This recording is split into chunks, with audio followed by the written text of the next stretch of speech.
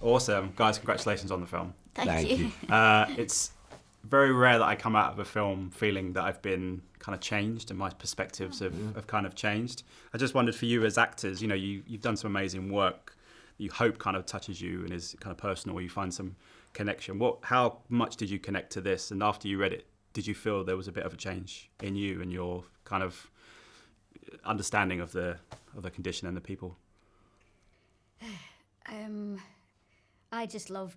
I wanted to jump in there. I loved the script. That was enough for me, and everything else was just magic on top. Peter, Maxine, Kirk, everything. And I don't know if I've changed. I don't know if it changed me, but I was nervous to take on the role, and I was nervous to begin, and I was glad of my first day. I was like, I'm here, finally it's happening. Can I get the feel of her or not? Because it's hard to play somebody who's real. And you're not really particularly like them. So I was like, please just let me get this feeling, let me like a moment of the feeling. And once I got a tiny little hint of it, I thought maybe we'll be okay, maybe we'll be.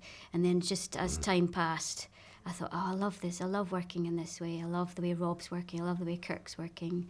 And we didn't have anything together in the film, but I was so pleased that Peter was involved. Everything feels good that Peter's involved.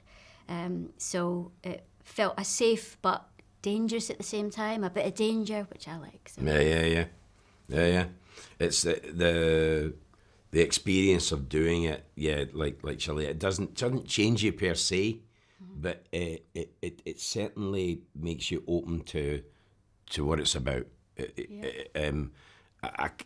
I learn more from watching a film than I ever learn when I'm actually in it, because when you're in it, it's just fun. I mean, it's fun.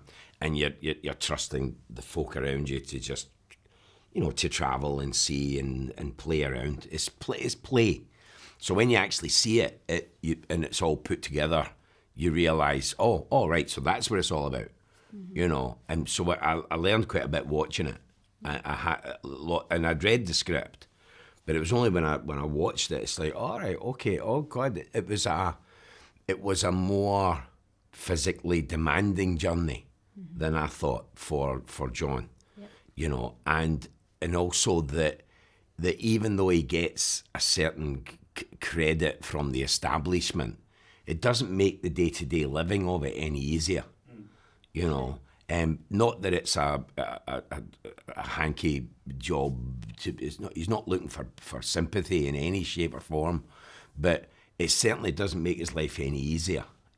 And maybe a film like this might make some difference in relation to people's tolerance.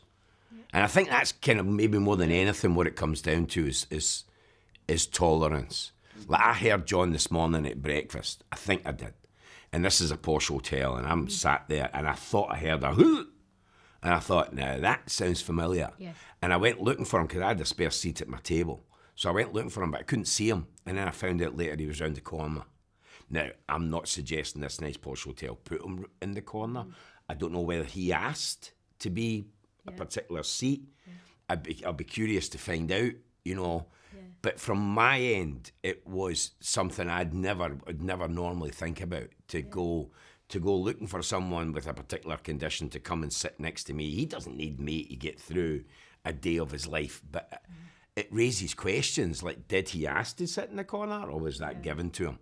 That day, has to do that. Exactly, that day to day.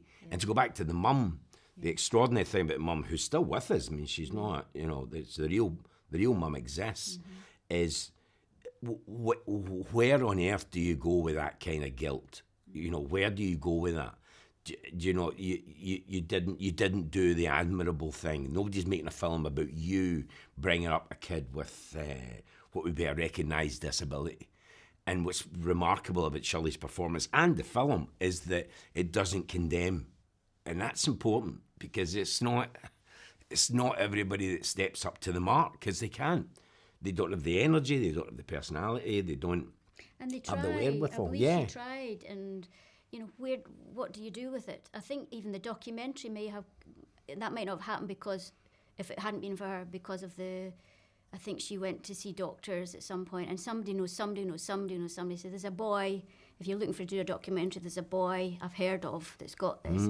So she did do something, but it's how do you sustain it, and where do you go next with it, and how do you keep breathing, you know? Okay, guys, thank you so much for your One time. I question, really love the movie. One It's absolutely question, fantastic. Brilliant. Thanks, Emily. Ladies and gentlemen, you're watching Hey You Guys! Hey, you guys! Hey, you guys. Hey, that's what they all say. Hey, you guys! Hey, you guys.